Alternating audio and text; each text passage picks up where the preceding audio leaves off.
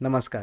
या व्हिडिओमध्ये आपण बघणार आहोत नी जॉईंटचं बेसिक फंक्शनिंग. मी अगदी सोप्या भाषेत तुम्हाला शिकवणार आहे आणि समजावणार आहे की नी जॉईंट बेसिकली कसा जॉईंट असतो, त्याचं स्ट्रक्चर काय असतं आणि त्याचं फंक्शनिंग कसं होत असतं. तर चला सुरू करूयात.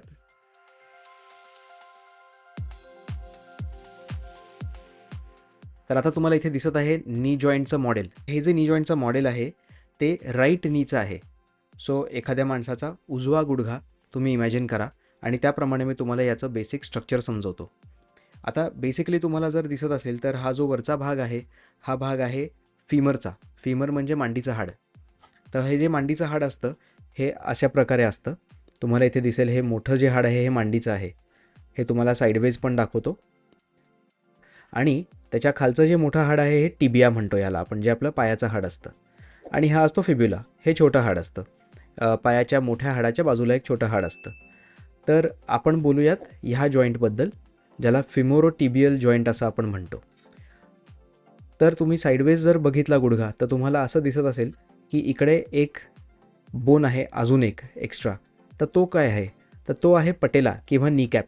ह्याला आपण म्हणतो नी कॅप, म्हणजे आपली गुडघ्याची वाटी. हा जो आहे हा आहे वरच्या मसलचा, म्हणजे इथून जो वरचा जो मसल येतो, जो आपल्या मांडीचा पुढचा मसल असतो, ज्याला आपण क्वाड्रिसेप्स ग्रुप ऑफ मसल्स म्हणतो. तर त्या मसलचा हा टेंडन आहे. आता टेंडन काय करतो? टेंडन मसलला बोनला अटॅच करतो. Muscle to bone attachment is a tendon. आणि bone to bone attachment is a ligament. तर ह्याला हा जो कंटिन्युअस तुम्हाला जो एक भाग दिसतो इकडे, हे एक स्ट्रक्चर जे आहे हे इलॅस्टिक स्ट्रक्चर असतं.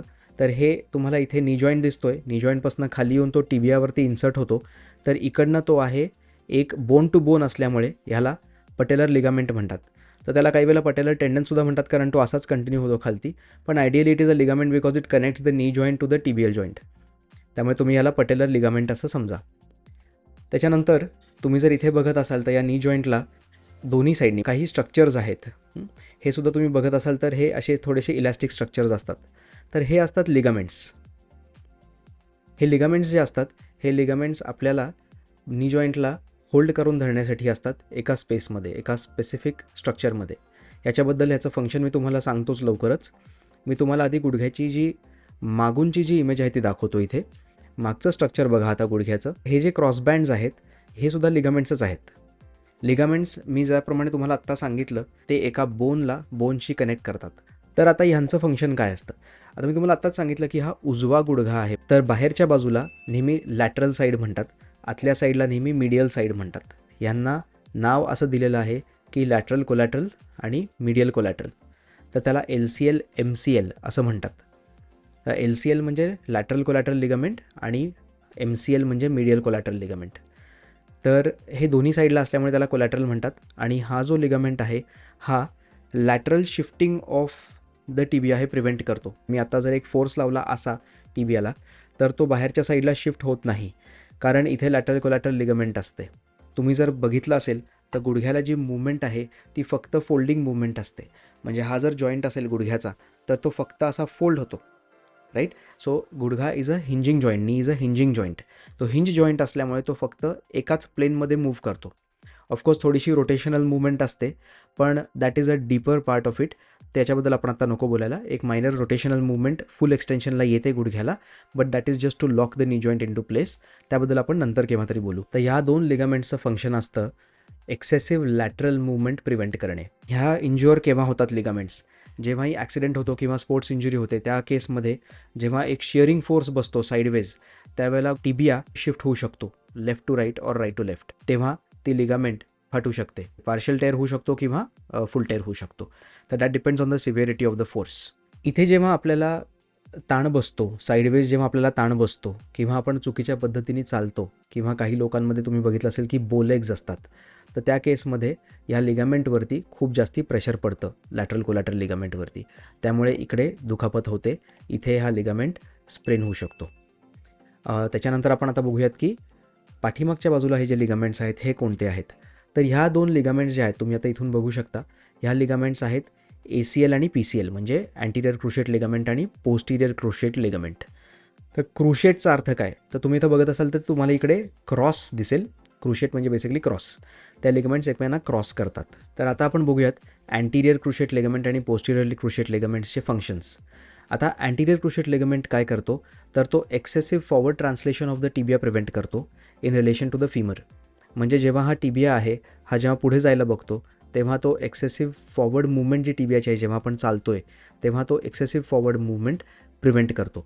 आणि पोस्टिरियर क्रुशेट लिगामेंट जो तुम्हाला इथे दिसतोय बाहेर, हा जो आहे हा excessive backward translation of the tibia, म्हणजे एक्सेसिव्ह बॅकवर्ड मुवमेंट. जेव्हा मी असं चालतोय आणि मी माझा नी एक्सटेंड केला तर it does not go backward, the tibia does not go backward. तर ही जी मुवमेंट आहे तो लिगामेंट प्रिव्हेंट करतो. हे चालताना अत्यंत महत्त्वाचं असतं की आपला जो नी जॉईंट आहे हा स्ट्रक्चरली परफेक्ट असावा. नुसतं चालताना नाही, खेळताना, जॉगिंग करताना, कुठलेही स्ट्रेनस ॲक्टिव्हिटीज करताना, इवन सायकलिंग करताना, कुठलीही नी मुवमेंट होताना हे फार महत्त्वाचं असतं की त्याच्या ज्या लिगामेंट्स आहेत त्या परफेक्ट त्याच ॲनाटॉमिकल स्ट्रक्चरमध्ये त्यांनी त्यांचं फंक्शन हे व्यवस्थित पार पाडावं. तर ते फंक्शन पार पाडण्यासाठी प्रत्येक लिगामेंट त्याचं काम त्या वेळेला तसं करत असतो. They are the stabilisers of the joint, the knee joint. असा एक कलर्ड जो पोर्शन आहे हे काय आहे, तर हा आहे मधला कुशन. त्या मधल्या कुशनला आपण मिनिस्कस असं म्हणतो. तर तुम्हाला जर इथे दिसत असेल तर हे जेव्हा मी बेंड करतोय त्यावेळेला हा जो मिनिस्कस आहे तो मिनिस्कस बेसिकली काय प्रिव्हेंट करतोय, तुम्हाला मी या साईडनी पण दाखवतो. हे बघा, हे जेव्हा मी बेंड करतो त्यावेळेला तो मिनिस्कस काय प्रिव्हेंट करतो, हा मिनिस्कस बेसिकली प्रिव्हेंट करतो या हाडाला या हाडावर रब होण्यापासून. So it prevents friction. So it's very simple. Meniscus हे मधलं शॉक ऑब्झर्बिंग स्ट्रक्चर असतं. जेव्हा आपण जंप करतो किंवा जेव्हा आपण जॉगिंग करतो किंवा आपण काही उडी मारण्याचे एक्सरसाइजेस करतो त्यावेळेला हा जो मिनिस्कस आहे ना, हा आपल्याला कुशन करत असतो. It prevents the bones from hitting each other. आणि ह्याला पोस्टिरियर हॉर्न असं म्हणतात. आणि हा असतो अँटिरियर हॉर्न, जो तुम्हाला समोरनं दिसू शकेल असा. आता पटेला म्हणजे नी कॅप. आणि आपण जेव्हा नी बेंड करतो त्यावेळेला तुम्हाला दिसतंय की ती जी नी कॅप आहे ही मूव्ह होती आहे, करेक्ट. तर ती ज्या ग्रूव्हमध्ये मूव्ह होते त्याला म्हणतात ट्रॉक्लिअर ग्रूव्ह. आणि ही करेक्टली पोझिशनडच लागते. हा जर पटेला म्हणजे ही नी कॅप ही जर ऑफ ग्रूव्ह गेली तर त्याला एक कंडिशन म्हणतात, ज्याबद्दल आपण पुढच्या एका व्हिडिओमध्ये डिटेल्ड बोलणार आहोत. आपण त्या व्हिडिओमध्ये हेही बघणार आहोत की जेव्हा ह्या मिनिस्कस हा जो पोर्शन आहे याला जेव्हा क्रॅक्स येतात किंवा जेव्हा ह्याचं डिजनरेशन होतं त्यावेळेला कुठली कंडिशन होते, सर्वात जास्ती नी जॉईंटला कशामुळे आणि कुठे कुठे इंजुरीज होऊ शकतात, हे आपण डिस्कशन त्या व्हिडिओमध्ये करूयात. हे अगदी बेसिक आणि सोप्या लँग्वेजमध्ये होतं आपल्या नी जॉईंटचं स्ट्रक्चर. हे तुम्हाला पुढचा कुठलाही व्हिडिओ बघण्याच्या आधी बघणं गरजेचं आहे आणि त्यामुळे मी हा व्हिडिओ पहिल्यांदाच बनवलेला आहे. नी जॉईंटची एक सिरीज मी आता सुरू करणार आहे. त्याच्यामध्ये मी वेगवेगळे नी जॉईंटचे आजार आणि नी जॉईंटचे कंडिशन्स एक्सप्लेन करीन. त्याच्यानंतर आपण नी जॉईंटचे एक्सरसाइजेस पण बघणार आहोत, नी जॉईंटचं कंडिशनिंग बघणार आहोत. हे सगळं आपण येत्या व्हिडिओजमध्ये बघणारच आहोत. पण ह्याआधी तुम्हाला नी जॉईंटचं ॲनाटॉमिकल स्ट्रक्चर एक बेसिक माहीत असणं फार गरजेचं आहे. त्यामुळे तुम्हाला जरा व्हिडिओ आवडला असेल तर नक्की लाईक करा, व्हिडिओला सबस्क्राईबसुद्धा करा आणि डेफिनेटली बेल आयकॉन हिट करून ठेवा, म्हणजे तुम्हाला नोटिफिकेशन्स नक्की मिळतील व्हिडिओ नवीन आला की. प्लीज शेअर करा व्हिडिओला. मी आता पुढच्या व्हिडिओमध्ये तुम्हाला भेटीन लवकरच. बाय.